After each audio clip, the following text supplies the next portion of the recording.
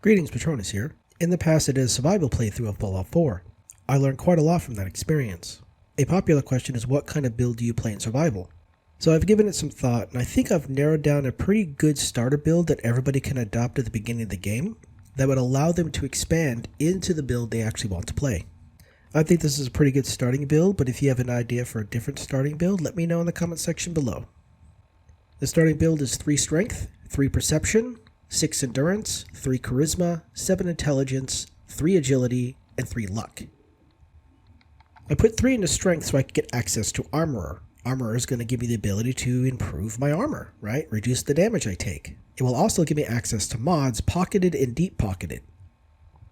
These 2 mods will increase your carry weight, and that's kind of a big deal because on survival mode, you have greatly reduced carry weight. I put 3 points into perception so I can get access to awareness.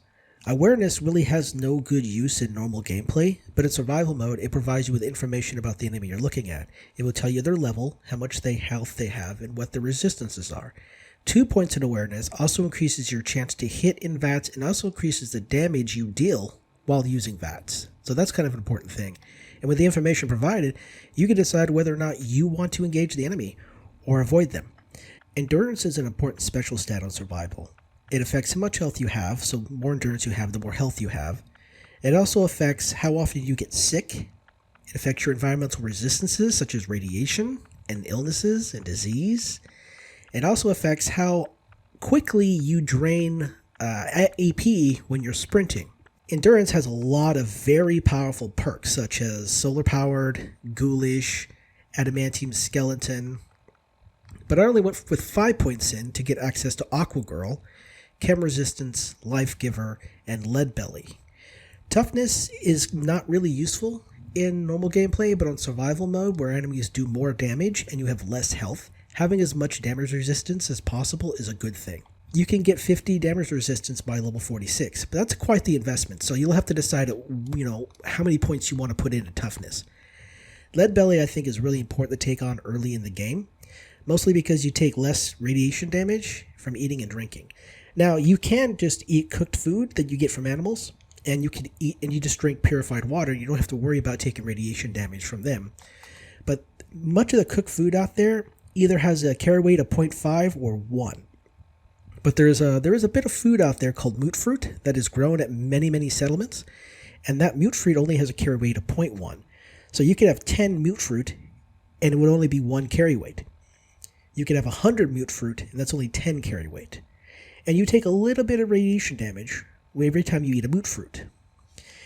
If you start off being hungry or peckish or whatever the term is, you can actually just eat 2 mute fruit and you're sated. You're satisfied. You're not hungry anymore. And that just provides a little bit of radiation damage. So by putting 3 points into Lead Belly, you eliminate radiation damage from the mute fruit you eat. And then the other food that you get from animals, you could just use that as a healing item instead of using it to satisfy your hunger. Life Giver, I think, is really important because, one, it gives you more health, right? It gives you plus 60 health at 3 points in. But also at 3 points in, you get health regeneration. Now, I've heard that the health regeneration stops working when you're in combat, but I haven't really been able to verify that. But yeah, having health regeneration over time is great because then while you're out of combat or you're traveling, your health just regenerates and you don't need to use food to heal yourself. Chem resistance is great because you won't get addicted to chems as often, but 2 points in, you won't get addicted to chems at all. And the only downside to using chems in the game is that they'll make you thirsty and they'll make you tired. Aqua is a great perk to pick up because when you're in water, you don't take radiation damage and you can breathe underwater.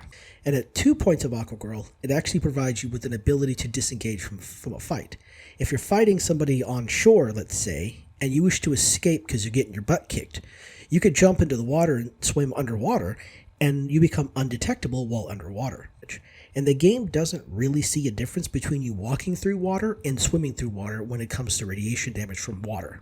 So it's a good one to pick up real early so you can do exploring, and you can get places without taking radiation damage in water. Rad resistance, this is up to you. You can increase your rad resistance if you want. I personally don't. It'd be useful in the Glowing Sea, but if you take power armor in the Glowing Sea, you really won't need this because you'll get a lot more rad resistance from the power armor than you will from this perk. I put 3 points into Charisma so I could get access to Lone Wanderer. Lone Wanderer is a really powerful perk early in the game because it reduces the amount of damage you take and gives you carry weight. Now, I'm not really someone who takes companions with me on my journeys, and I just kind of run solo, so this is great for me. I could just pump a bunch of points into Lone Wanderer, and I'll have more carry weight, more action points, and I'll be able to do more damage with my weapons, which is great. But if you are a companion person, I would suggest maybe at least picking up 1 point in Lone Wanderer, so you can have 50% more 50 more carry weight, and you take less damage. And then once you get a companion, then you can use them to carry your stuff. Intelligence is a really important special stat in survival. The higher your intelligence, the more experience you earn, but it also gives you access to some pretty good perks. One of those perks is Chemist. Chemist not only allows your chems to last longer, but also allow you to craft chems and healing items, such as Stimpaks, Radaway, and Rad-X. But also, the real important chem is antibiotics.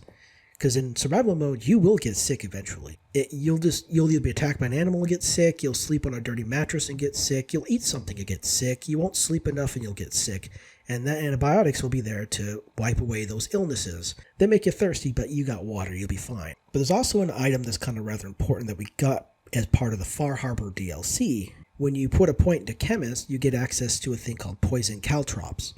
Poison Caltrops actually have a really decent sell value. Poison Caltrops are crafted from steel, and you can use those as trade items with vendors. I put 3 points into Agility just to get access to Sneak. Sneak is pretty good because if you want to avoid combat, you're going to have to sneak away. If you get too close and they see you, they're going to want to fight you. If you put 2 points into Sneak, you no longer trigger 4-base traps such as tripwires. At 3 points, you don't trigger enemy mines. And at 4 points, you can move rather quickly, get away from enemies faster, get by enemies faster, and they won't notice you're there because you're 50% harder to detect. Now, I put 3 points into Luck simply so I could get access to Bloody Mess. Bloody Mess is great because it's just increased damage. And it's also kind of entertaining when they explode. At 5 points of damage for one point in. At 2 points in, it's 10% more damage. And then at 3 points in, it's 15% more damage. And the most entertaining one is when you take down an enemy and they explode, there's a chance that they'll cause the other enemy next to them to explode. So it's kind of entertaining, really. That's my Fallout 4 survival starter build. If you have an idea for a starter build, let me know in the comment section below. If you enjoyed the video, please like and comment. If you're new here, please subscribe. Thank you for watching. I love your faces. Have a great day.